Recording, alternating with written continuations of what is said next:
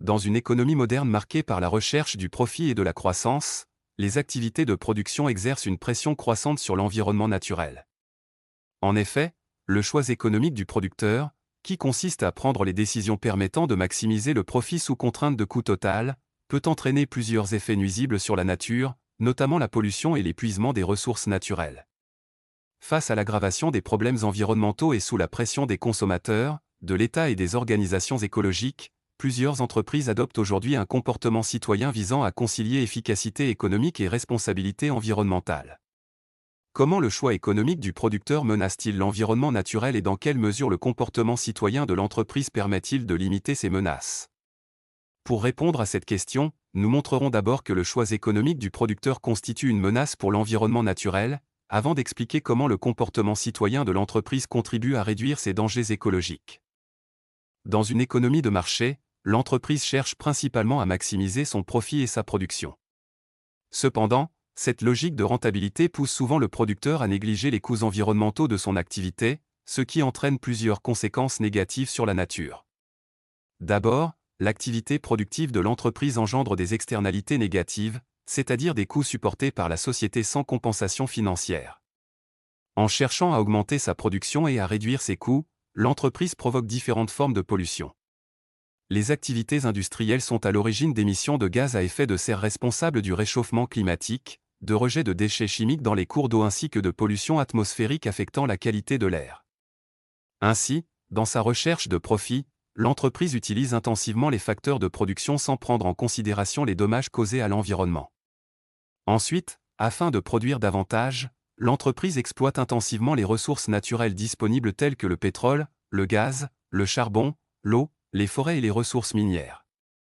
Cette surexploitation entraîne l'épuisement progressif des ressources non renouvelables et compromet la capacité des générations futures à satisfaire leurs besoins.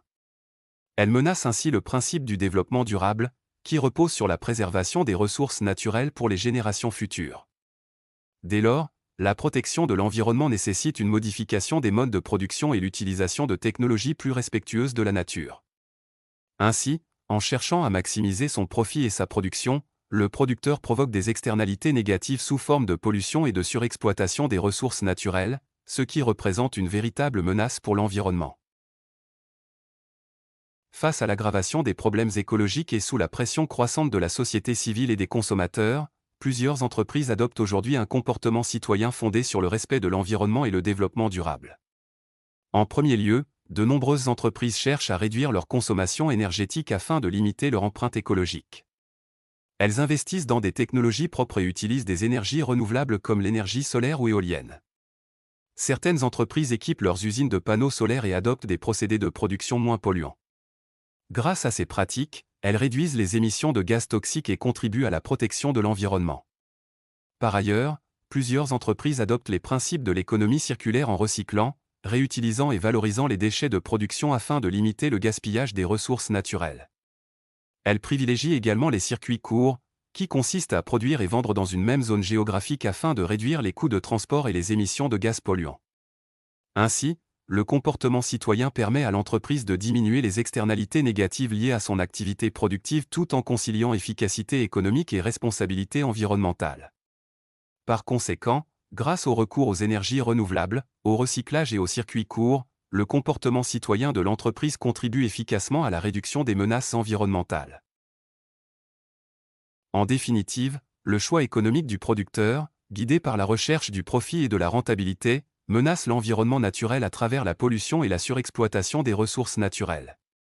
Toutefois, en adoptant un comportement citoyen fondé sur les énergies renouvelables, le recyclage et les technologies propres, l'entreprise peut limiter les effets négatifs de son activité et participer à la protection de l'environnement. Le comportement citoyen de l'entreprise peut-il également devenir un facteur de compétitivité et d'amélioration de son image auprès des consommateurs?